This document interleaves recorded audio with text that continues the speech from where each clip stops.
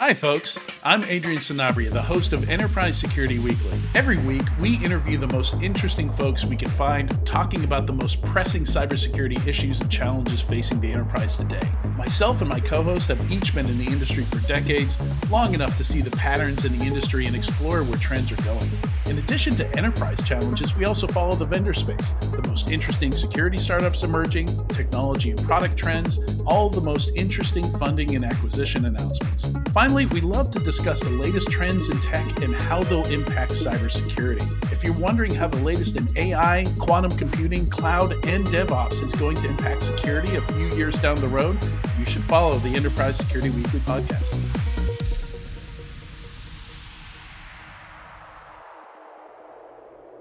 On this episode, Scott and I welcome Zeno Kovah, founder at Open Security Training 2, to discuss learning about firmware security. Stay tuned for this edition of Eclipsium's Below the Surface. This is a Security Weekly production for security professionals by security professionals. Please visit securityweekly.com/subscribe to subscribe to all the shows on our network.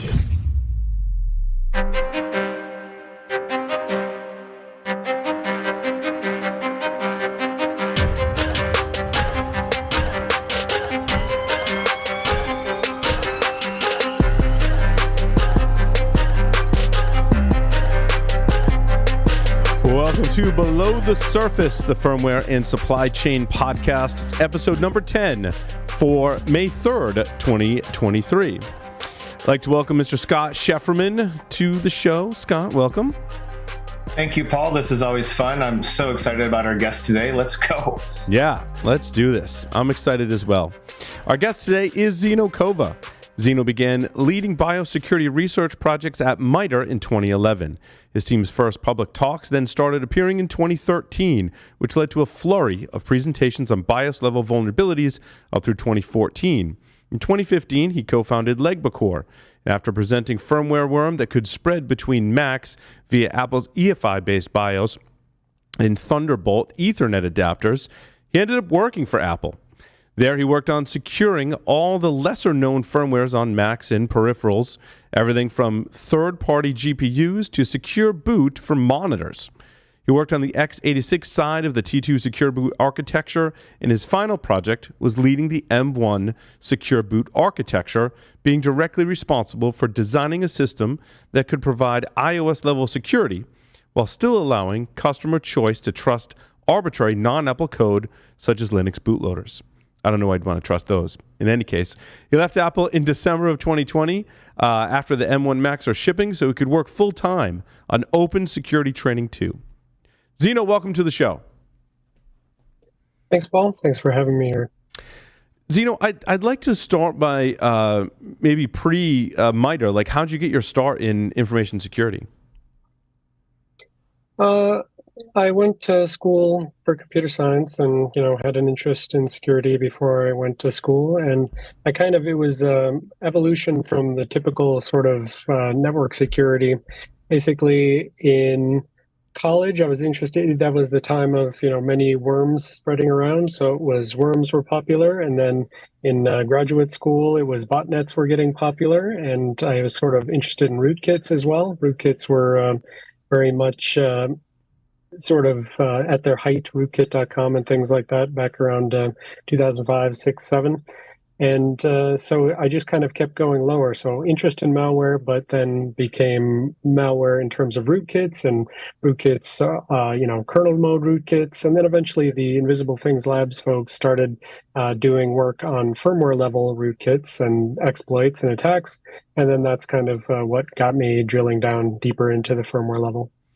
I feel like the Invisible Things opened up a can of worms. They were like the ones who opened it, right? Basically, in public view. Yeah. So when you started looking into firmware security, was that when you started to go to work for MITRE? Yeah, so I originally started at MITRE, again, just sort of, malware interest. My first project that I worked on was called Honey Clients. And so because worms I'm trying to remember the correct name. I think it was NIMDA, but I'm trying to remember the other. Code Red, I think, was another. Some of the worms had started to get interested in sort of client-side attacks. So the initial worms, they would spread autonomously by just back all the way to the Morris worm. They just exploit a server, and so you spread server to server. But by the time I was at MITRE in 2007, there was both an increase in like browser-based attacks, and some of the older worms had done browser-based exploits, a like sort of mix hybrid of like server attacks and client attacks. So infect like IIS web server on Microsoft, and then exploit the clients who come to the IIS server.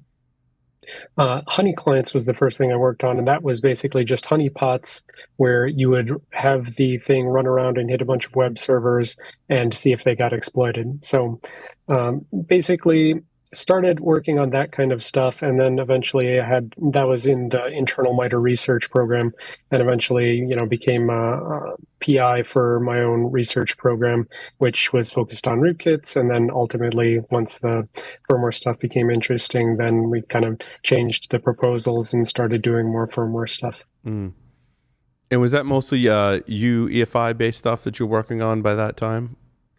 So when I started doing that kind of work, it was actually UEFI wasn't that big yet. Windows 8 hadn't come out, and the requirements for secure boot weren't there yet. So I would say that certainly when I started there, the initial, like, it was Windows XP everywhere, and mostly pre-UEFI BIOSes everywhere. So like we had done experiments on our own sort of MITRE systems, sending out, collecting data, that kind of thing. And it was primarily pre-UEFI systems. We started, at the point that we started getting sort of exploits, like our first exploit and our first like talk at Black Hat was for a pre-UEFI Dell system. And later on, then, subsequent attacks were on UEFI-based systems. So just kind of on the cusp of when there was the transition happening in the industry. Yeah, it's interesting. I feel like BIOS didn't have a whole ton of protections. UEFI offers those protections, but gives us a much wider attack surface. You agree? Yeah, definitely. It's sort of, you definitely saw that the first round of lots of talks were just plain misconfigurations of, lock bits are unset, vendors haven't configured things to protect the SPY flash contents. And then later on, once Microsoft actually had the mandate of thou shalt do secure boot in order to get the Windows logo qualification, then still the misconfigurations would undercut that. Even if they officially did the UEFI secure boot, you could still just have to write directly to the SPY flash and defeat the whole thing. But then eventually that just created a new sort of place for people to try to target. So okay, let's say that you have it configured correctly for the SPY flash protection. Now let's find some other way to defeat the secure boot itself. Scott, did you have a question or? I mean, I have so many questions about like this flow right now. I didn't want to steal Scott's question, but I was going to ask, we're making this transition from BIOS to UEFI, and as we continue to work to have a secure UEFI environment, is that because attackers are taking more of an interest, or what's your purview, Zeno, of like how much attention have they paid to this landscape? I think it's like anything. I think there's certain threat actors that have a particular paradigm of they want full and maximum control over the system, and those sort of attackers are always going to be incentivized to go as deep in the system as possible. And there's other threat actors that they don't care. It's just sort of do their mass infections and whatever works. That's kind of the folks who live off the land and use the existing tools that are there. So it really comes down to, it comes down to motivation. Like, do the threat actors actually care about having maximum control and being able to, defeat all possible security mechanisms? If they do, which not everyone does, but if they do, then they're going to go deeper in the system, because that's just architecturally where you can guarantee you can compromise everything thereafter. But, I mean, with the latest attacks on UEFI and stuff like that, I think it's like anything else where, sorry? Oh, no, I was just listening. There must have been some kind of feedback. Some feedback there from a second. Yeah. I think it's kind of, when you get adequate sort of market penetration, when things get big enough and common enough, then as a technology like Secure Boot is deployed everywhere, then all of a sudden, it actually provides an impediment to attackers in a way that it hadn't previously, and therefore they become incentivized to try to take it down. So, anything that gets big enough and popular enough, and once there's enough homogeneity that you get the capability to defeat the security on many systems with a single attack, then it just becomes of more interest to attackers for sure. You cover this in your courses very, very well, the different levels of privilege that an attacker can gain with UEFI. There was a lot of research that went into that because it's a very complex system. But I think many don't often consider just how many privilege levels there are and the impact that an attacker can have the deeper they go. Yeah, I think it's, certainly the sort of negative ring taxonomy that Joanna Rakowska originally started. It still holds up reasonably well, and except sort of the more complicated systems have gotten, the trickier it is to have proper taxonomies in that regard, because deeper down at the system layers, you can talk about things like ring-based privileges, where ring 3 is your user space, ring 0 is your kernel space, ring -1 is your virtualization, and so on. But it gets kind of very ambiguous down at lower layers, because you have sort of overlapping capabilities that an attacker may or may not have. Basically DMA attackers have the capability to write to any memory. And so if they are the DMA attacker running off on some peripheral processor like, Ethernet, Wi-Fi, SSD, hard drive, those kind of things, there's a question of, a attacker running on your hard drive firmware will have access to all of the hard drive contents if you're not using full disk encryption, but like an attacker running an SMM may have access to it indirectly through other capabilities to inject code. So it all gets sort of wishy-washy and hard to keep things precise down at the lower levels, but not. And in the Architecture 4001 class at Open Security Training, that class is very much trying to be like a generic non-firmware specific class. So it's not trying to be UEFI, it's not trying to be core boot or anything like that, not trying to be classic BIOS. It's just saying, like, here's some Intel hardware, here's the things the Intel hardware provides in terms of protection mechanisms.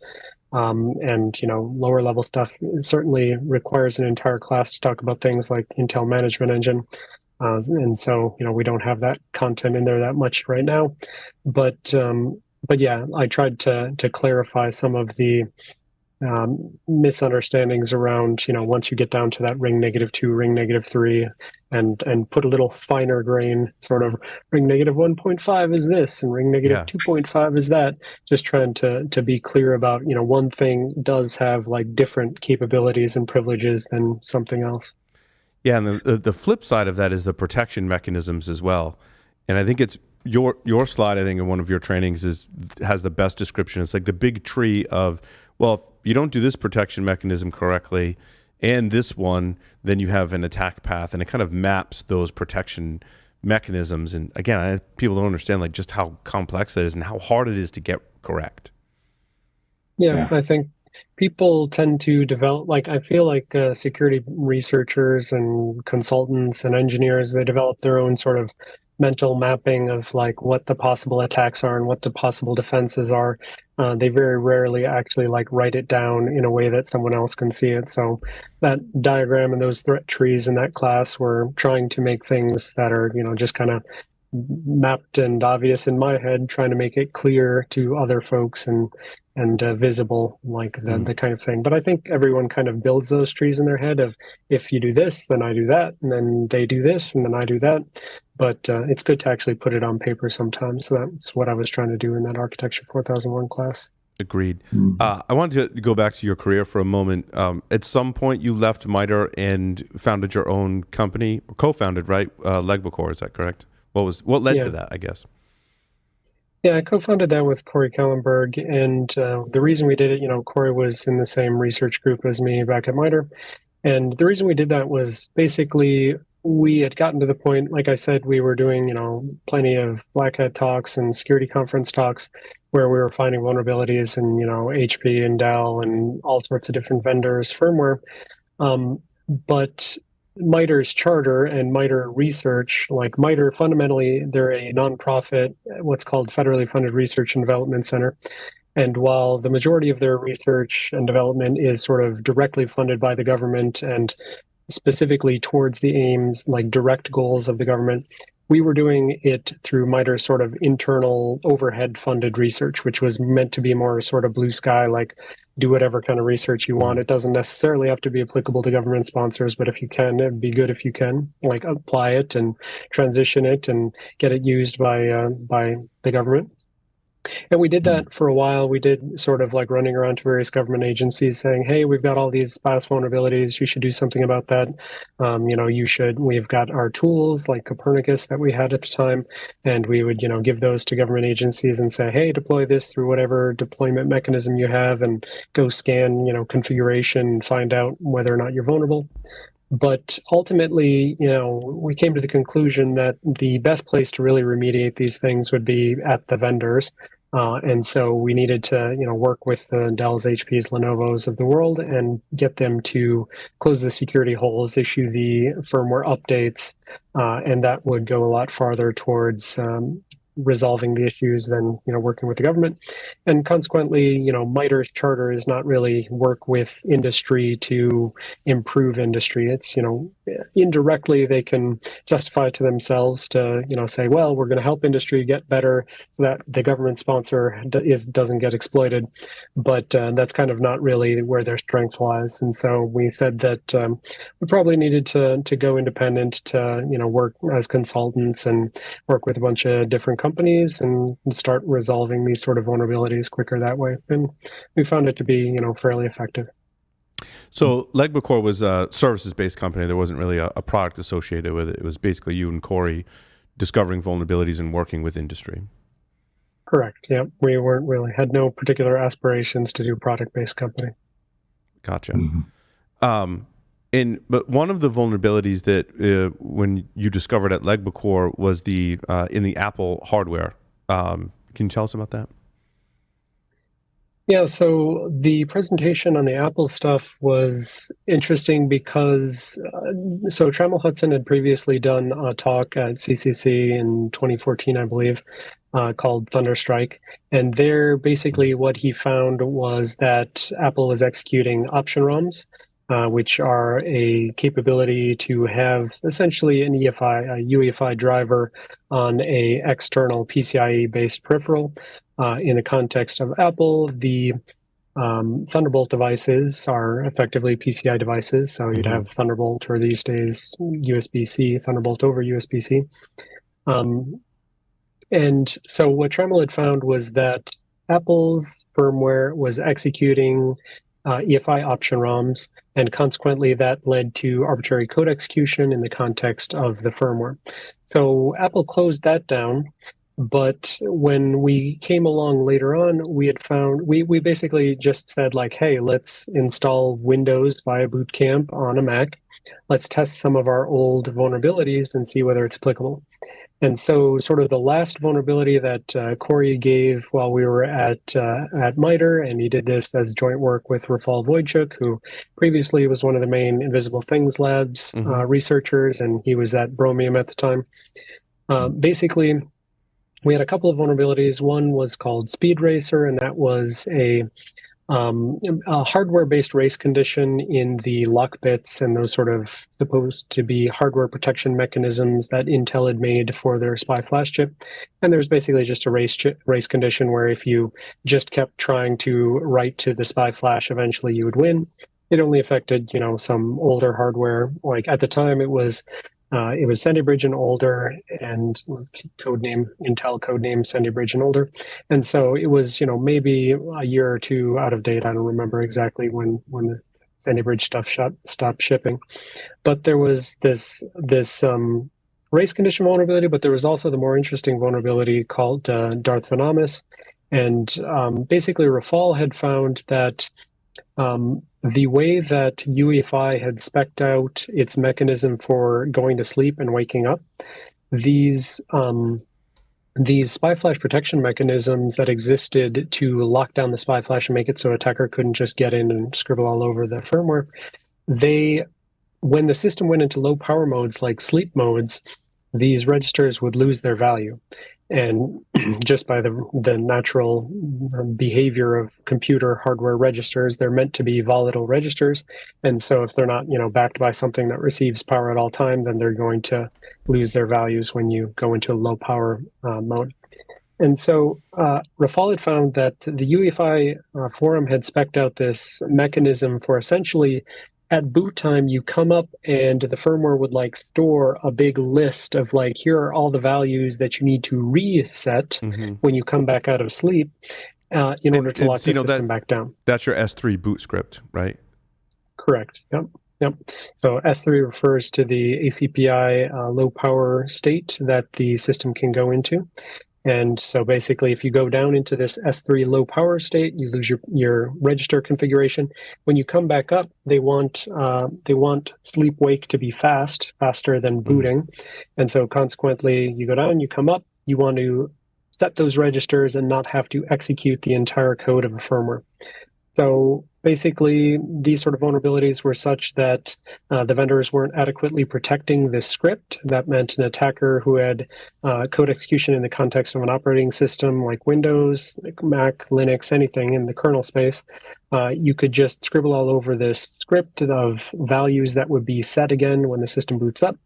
And consequently, you could essentially make it be the case that the system did not have its flash protected after it went to sleep and came back up.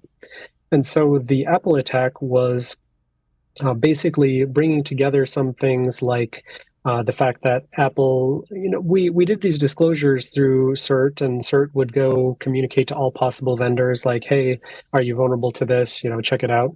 Apple had said, no, we're not vulnerable to this, but the reality was they were vulnerable to it. So it was, we could confirm that very easily by just, booting Windows on a Mac and then run the old Darth Venomous script and successfully exploit the system such that there was no more protection when you woke back up from sleep.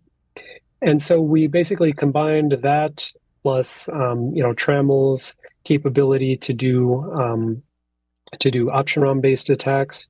And then Tremel and I had looked into their existing capabilities on Linux, for instance, to make it so that it was easier to rewrite the contents of Broadcom Ethernet adapters. So he had gone through a whole bunch of rigmarole using Broadcom custom tools in order to write code into the option ROM for the Apple Thunderbolt Ethernet adapter in order to get his code executing. And we found, better ways to do that using tricks that, Linux people had already had in open source tools. And so putting it together, it was basically just, you exploit a Mac, you overwrite to the S3 boot script. Consequently, you now have the ability to overwrite the firmware. You can overwrite the firmware for the Mac itself, but you can also go off and overwrite the firmware for I think we would do it as you overwrite the firmware for the Mac itself, you reboot, the Mac's malicious firmware would run. If there were any PCIe option ROMs like Broadcom Ethernet adapter attached, it would write malware into that. And that malware subsequently, if it was run on any other system, would exploit the Mac firmware as well. So basically, Venomous was used as the in to get into the firmware. The firmware was used as the in to get into the to the Broadcom Ethernet adapters, and the Ethernet adapters were then subsequently capable of re-exploiting other Macs if you moved the dongle between machines. So basically, that's why we called it a firmworm, because dongle gets moved to another Mac, exploits the firmware. Firmware gets other dongles attached, exploits the dongles, and that could just propagate sort of indefinitely.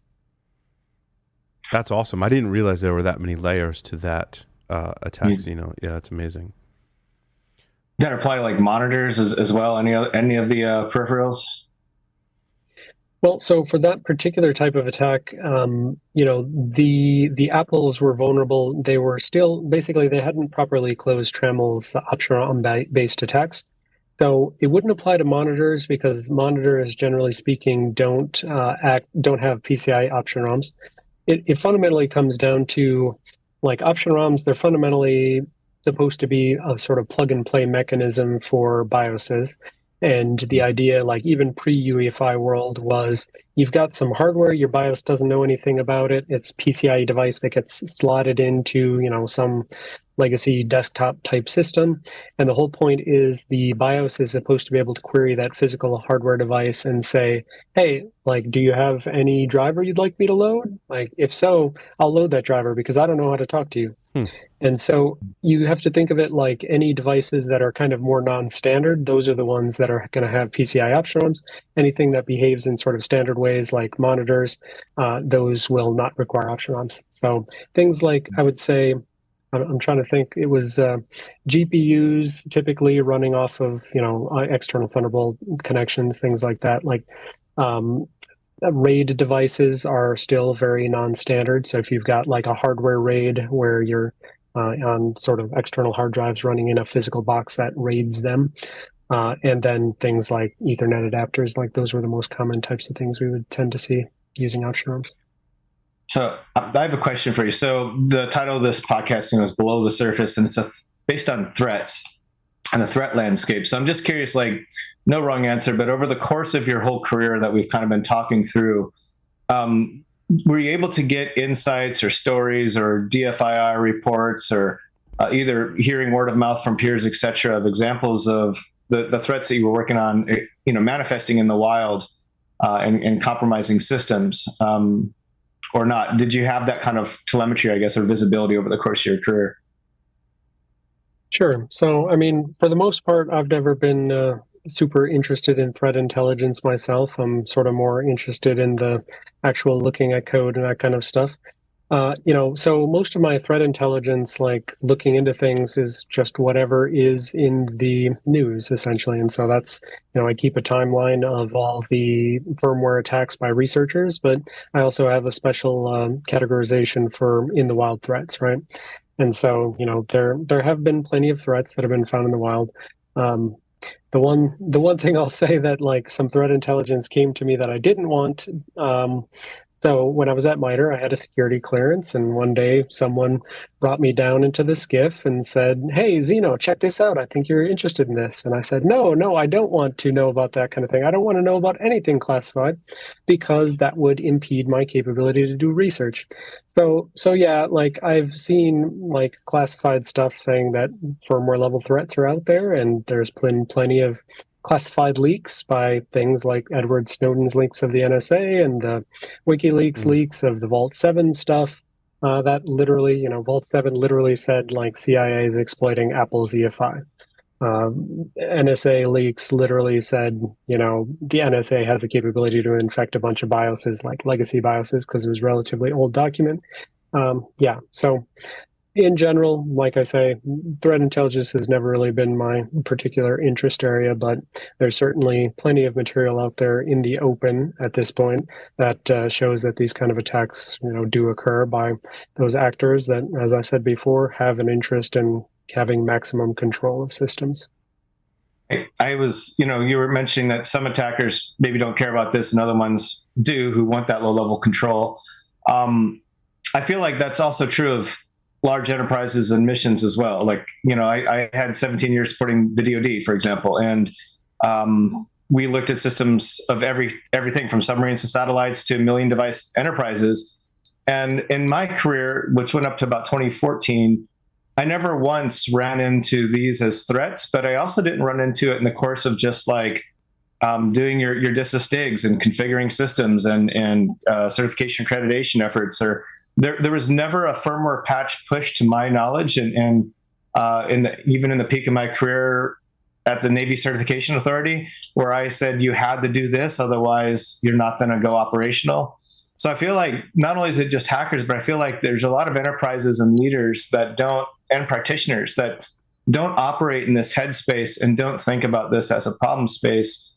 I'm trying to figure out, we're all trying to figure out, yourself included, how do we better get missions and large enterprises to actually pay attention and understand that, these attacks aren't just a physical base. They're not just from the supply chain, that you can get a spear phishing email and end up with a UEFI implant if you're not careful, right? So it's just been near and dear to my heart since I've been here at Eclipsium for about 2.5, 3 years, where it's hard to articulate what everybody understands in the framework they operate in, and bring in this kind of firmware layer, this IT supply chain layer, to the normal processes and the normal lexicon we all use. Do you have ways that you've been able to influence leaders to pay better attention to this? Are there ways that you found that you articulate this, that they resonate with? Well, I would say, certainly your experience was my experience when I was in the government space of, essentially I would see folks like NSA IAD, that being the defensive side of the organization, trying to push to other government organizations like, hey, these are real threats. We need to actually deal with these. But like you say, it, never sort of bubbled up to the level of DISA STIGs or anything like that. And I left the government space, so I believe DISA got replaced with CISA at this point. But yeah, like it was kind of, again, going back to that point about leaving the government space and working with the vendors. It was kind of in recognition of, it didn't look like a lot of the government people were successfully influencing the other government people, even when it was their mandate to achieve the defensive capabilities across the U.S. government.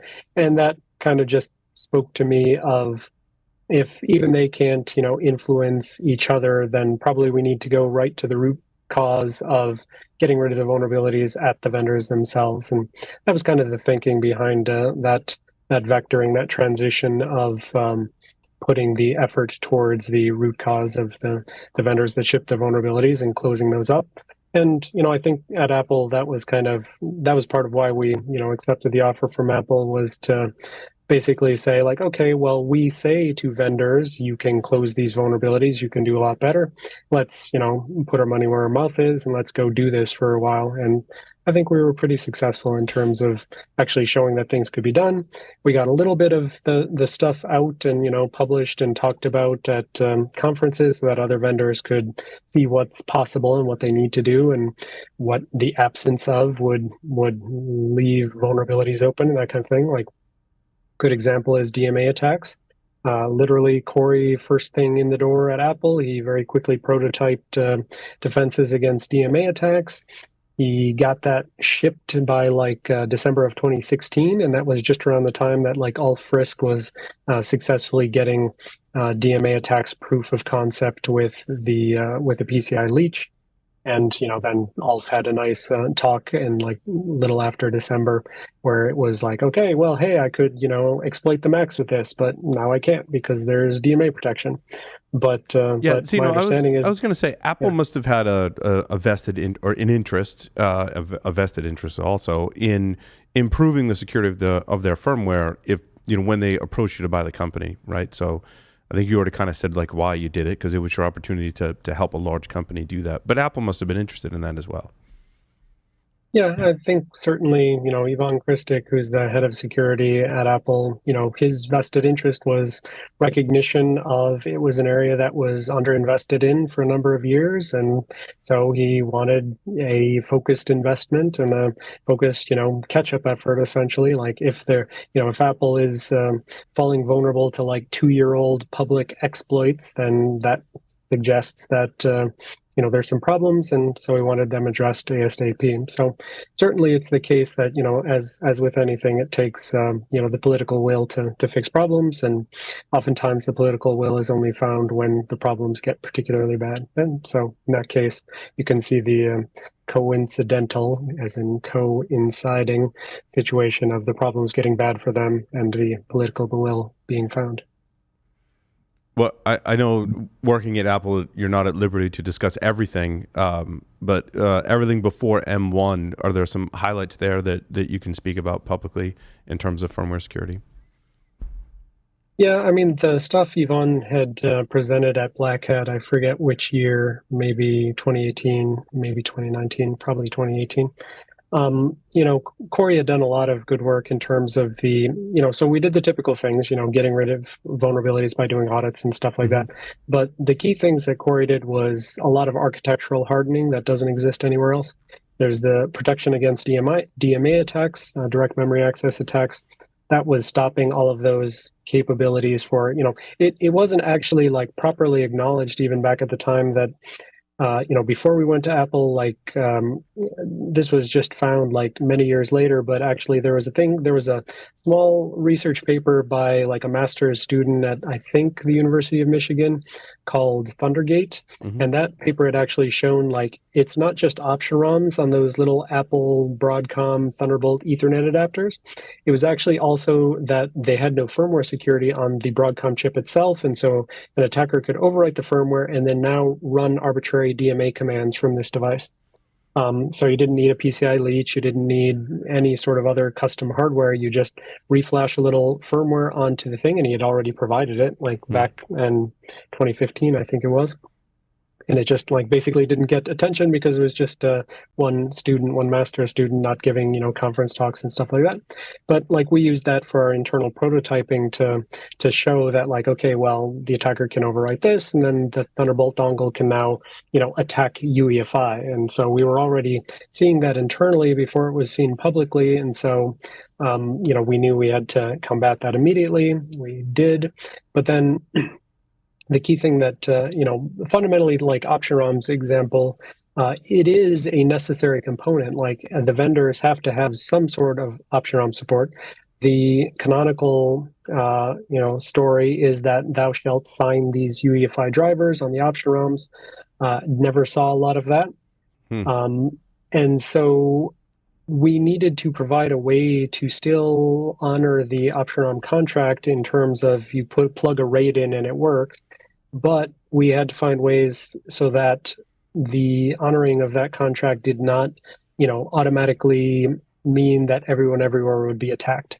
So we made a lot of sort of architectural hardening by things like firmware, leveraging like the firmware password capability that already existed on Apple is basically the same thing as a BIOS password.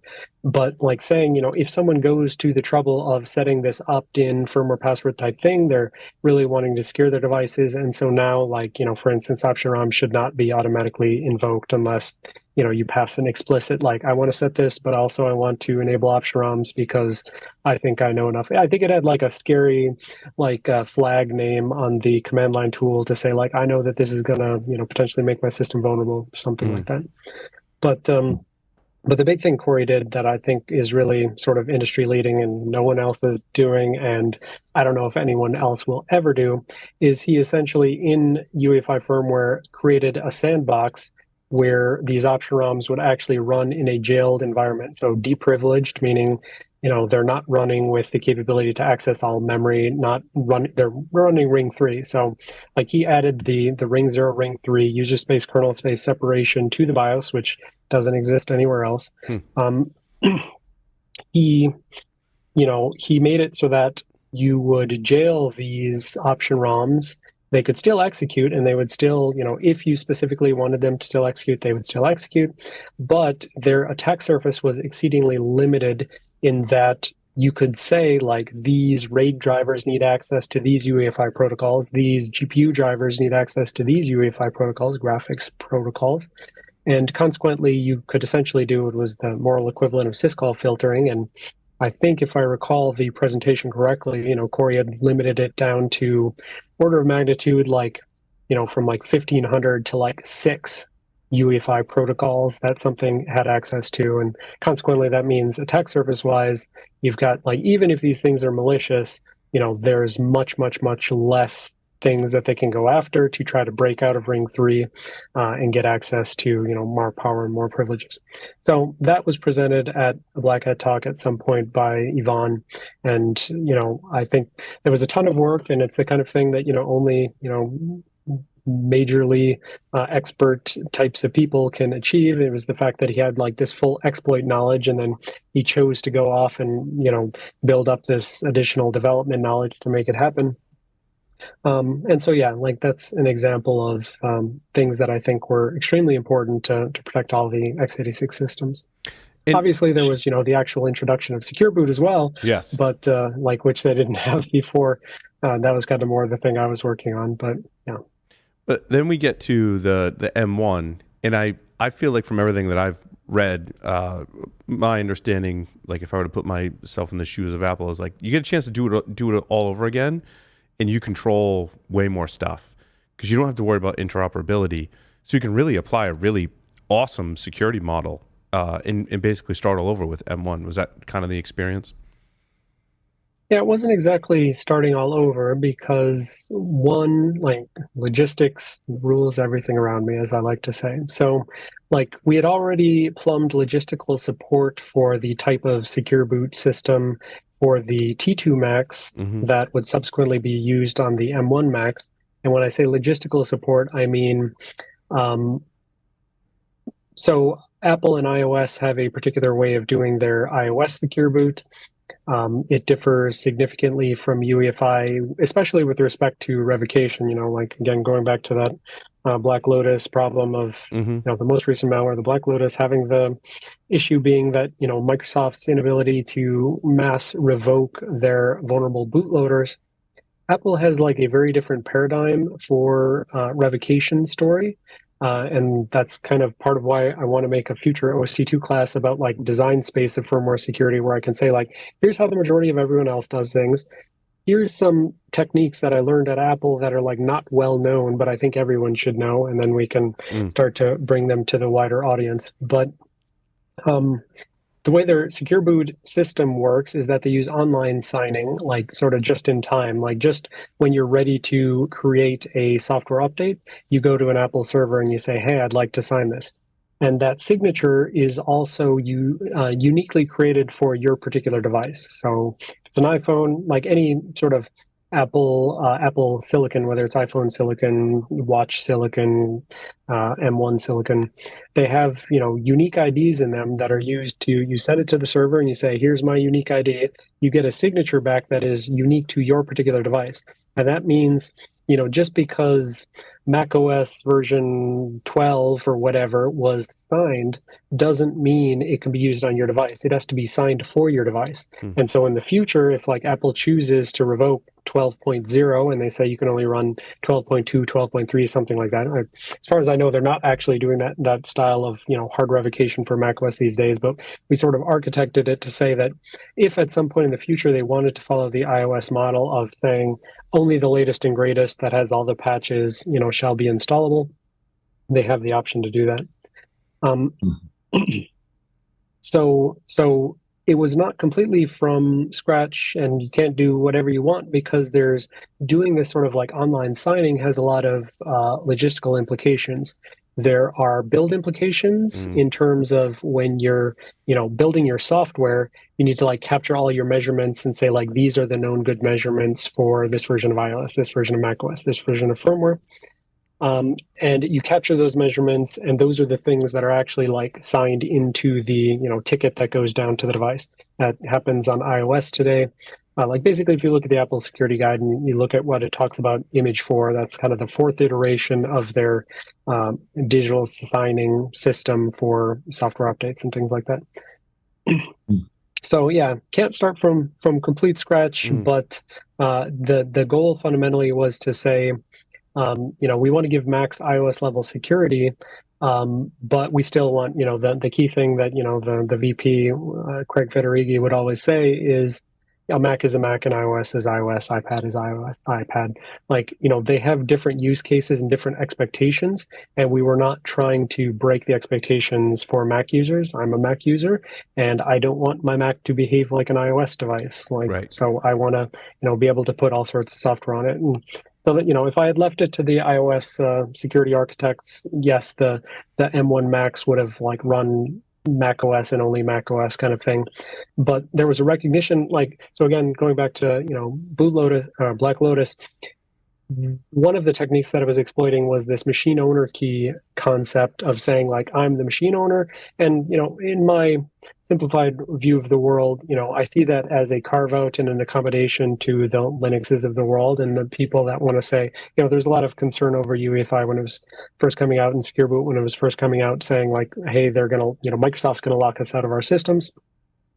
And to show that that would not be the case, architectural mechanisms were plumbed to say, we're going to let you say, here's my key, and I want to trust the stuff that's signed with my key.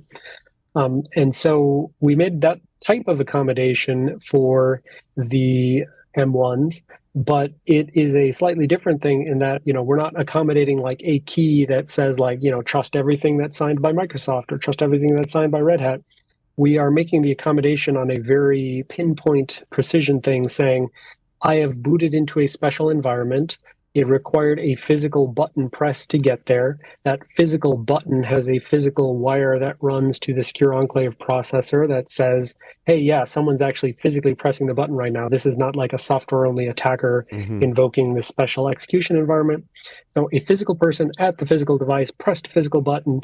Now you get into a special boot environment. And from that boot environment, you may say, here is the binary that I would like to trust as a bootloader. Please hash the binary and trust only that hash, and then do the Apple rigmarole about signing that and, including that in a signed ticket to say, that is the thing I trust. So, we can still accommodate, like, let the people run whatever they want. And, that helps for developers who are doing like custom kernels in the context of macOS. But basically, whether it's a custom kernel or whether it's a Linux bootloader, it doesn't really make a difference from an architectural perspective. It's just lock in a thing that we have hard physical proof that the person at the box has said, I want to trust this. And, and also, another thing is like plumbing it. And like one of the things Apple allows and affords for is because there's the secure enclave processor in the background that has crypto capabilities. It's, it's not like a TPM. It's like a, more capable TPM. It's where they, moved all of their crypto processing so that you don't have, keys in memory available for being stolen. But like that is the core thing, and that can run in this special environment, and that secure enclave processor now can actually authenticate, encrypted password blobs to say like, okay, the person in the special physical environment actually not just got there from the special physical environment, but they also knew the person's password and decrypted successfully, and now we can like lock this thing in. So trying to achieve a lot of the same architectural goals, having a lot more tools at our disposal, I would put it, in the context of Apple custom silicon than a generic, x86 PC has. Yeah, because you control more of the environment as well. You don't have to worry about the Intel processor and all this stuff has to run on any motherboard by any manufacturer, right? You control a little more of the environment, and sounds like a much better security model. I think it was Vince Zimmer on this show that kind of admitted, like, yeah, the machine owner key thing probably needs some more iterations to make that a little better in the context of Black Lotus. Yeah. Yeah. It's exactly the kind of thing where you can understand architecturally like what the architects were trying to achieve, but given the limited architectural possibilities, given the design constraints, it's hard to do it securely in that environment. I want to make sure we talk about open security training, because this is the second iteration, hence the open security training 2. So if you could give us a little history about that. Zeno, you created open security training, and then eventually left Apple are doing open security training 2 full time. Yeah, so open security training 1 was basically, I had a website called opensecuritytraining.info. That was a hobby project while I was at MITRE. So MITRE essentially had a internal training program where employees could teach other employees. The nice thing about it as like a sort of junior engineer is that they would give you $2,000 every time that you would teach an internal class. So I was all over that, and I would, go take my vacation time and I would make a class, and then I would go deliver it, year after year after year and get $2,000 a pop, sometimes multiple times per year. Like you teach it down in Virginia, you teach it up in Bedford, Massachusetts. But the key thing was, I recognized, I probably wasn't going to be a lifer at MITRE. And so I wanted to make sure that whatever classes I made and delivered internally would be available to be continued to be taught. Like basically starting with classes like the x86 assembly class, operating system internals, rootkits. I said, like, I think these are important things. These are things that are helpful in my research. I think future internal MITRE researchers should know these things. I was using them partially to train up people to work on my research team. And so it was kind of like, if MITRE wants to continue working in this space, then it behooves them to keep having these classes available. But I knew that like if I just kind of like handed them off to one person internal to MITRE and, blessed them and said, I hereby anoint you the new trainer for x86 assembly, well, that's the kind of thing where very quickly the material is going to get dropped. The ball is going to get dropped. That person may not hand it off to the next person. They get busy. They don't tell other people about it, that kind of thing. So I said that the best way to achieve this sort of continuity of training internally at MITRE would be to actually get the material posted externally and publicly and freely available forever. And so I had to, go through the whole public release process, which is laborious in government sector situations, just to, make sure you're not disclosing any secrets, make sure you're not disclosing any IP and government, equities and whatever. But then around 2011, well, I guess I started teaching the classes probably 2009-ish. I probably got the first one public release 2010-ish. 2011-ish is when I got the website hosted and got the material posted. But then because of this nice sort of internal training paradigm, I could get other instructors at MITRE and I could encourage other engineers to become instructors. And so I had this nice sort of supply of, I'm teaching this class, but hey, if you teach that class that's like 2 classes later, then you do that, and then I'll do this, and then we'll have a nice little tree of classes that will feed into each other and, achieve some beneficial learning goal. So yeah, I got a bunch of classes out while I was at MITRE, but this was always just like very much a hobby project and, maybe 5% of my time, if that. And so basically, when I left MITRE, I was still delivering classes, teaching private trainings, teaching conference trainings, and still, putting material available online. But when I went to Apple, I knew it was like, Apple is very closed-lip. And even though they say, they've got a public release process, that kind of thing, as hard as it was at Apple, as MITRE, I knew it would be even harder at Apple. And I didn't really particularly feel like that was going to be a good use of my time to try to break through that barrier. So I just kind of spent my time at Apple, like focusing on the engineering problems and securing the firmware. And then I recognized basically I'd go to 0% of doing open security training while I was at Apple. But, this would essentially, give me the flexibility and freedom that after I left Apple, I would be able to, work on this 100% of my time for many, many years. And not have to worry about just having worked at Apple. Gave me enough financial cushion that I didn't have to worry like, okay, I've got to do this, but then I've also got to do consulting again, or I've got to do a bunch of paid trainings or stuff like that. I basically just kind of had a buffer to allow me to do this full time and figure out ways that I can make it self-sustaining economically, so that I can get the other instructors paid. Like, I don't need to be paid right now, but I want the other instructors to be paid. I want them to be getting some specific financial thank you for putting their material out there and helping the world. So that's kind of what I'm focused on right now, is figuring out ways to make the site sustainable and figure out ways that increase the value proposition to say, like, dear companies, we've got the capability to train experts in firmware or exploits or reverse engineering or whatever, and so you should really support this so that we can actually continue to have these instructors create classes for you and just skill everyone up everywhere. It doesn't have to just be people internal to the company, but literally thousands of college students are getting a free post-secondary education from this material, and that'll just be good for everyone to have a much more educated base coming in as junior engineers.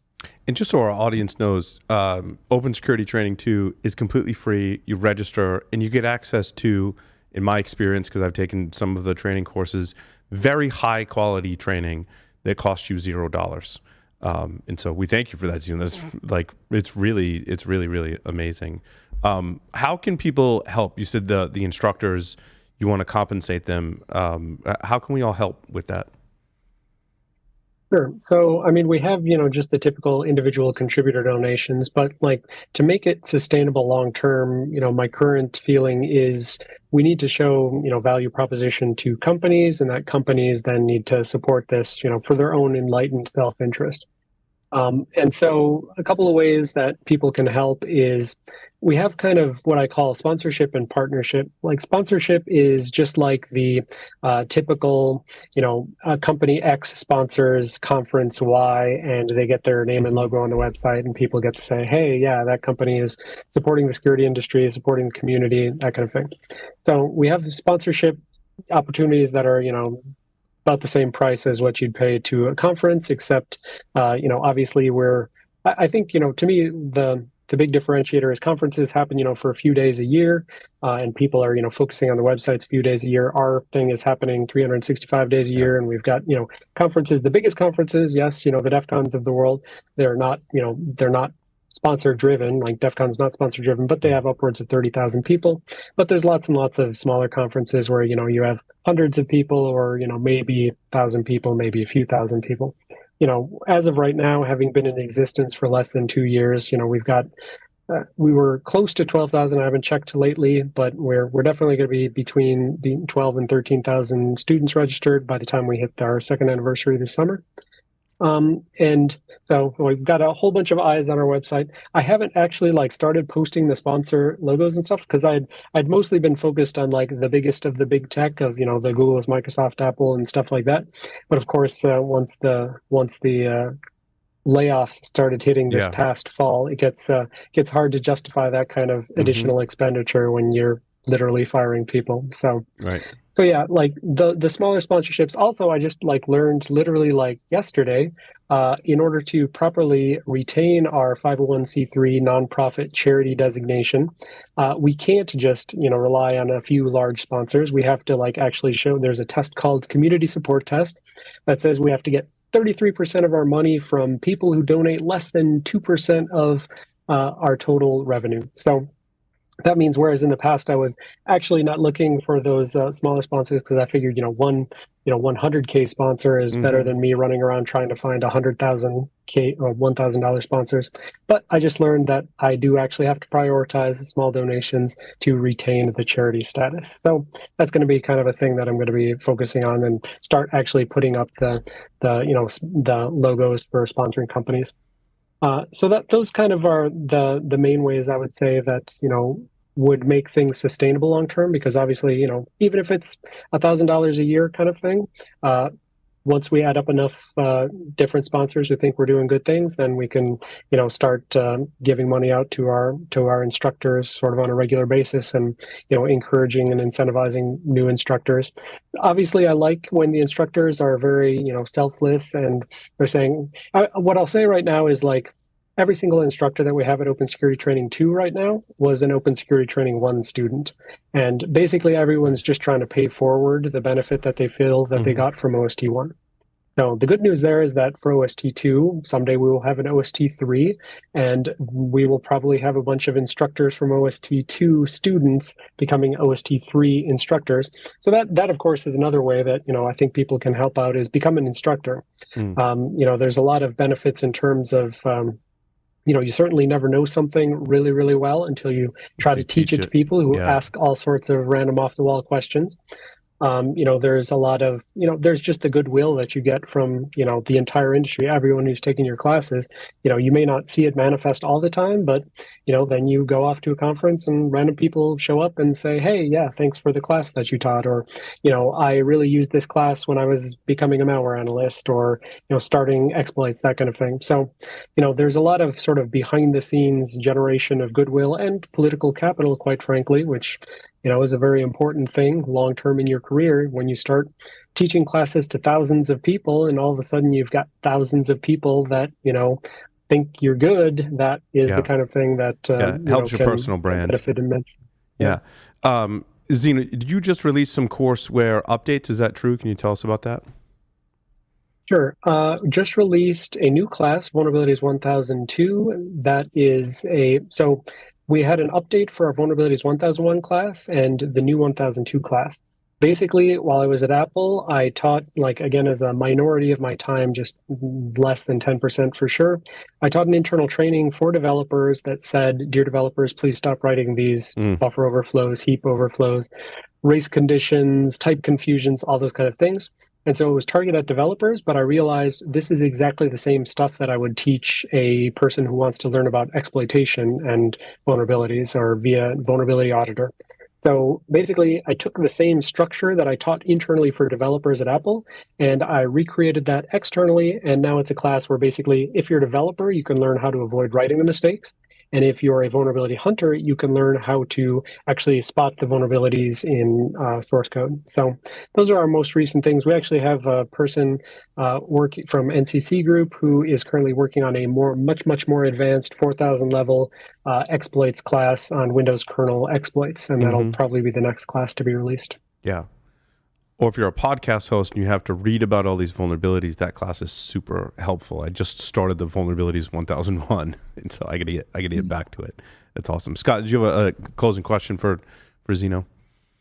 No, I think this has just been phenomenal. And after this webcast, let's get together and figure out how we can help out the getting all the small sponsorships you guys need to stay as a 503. Sounds good.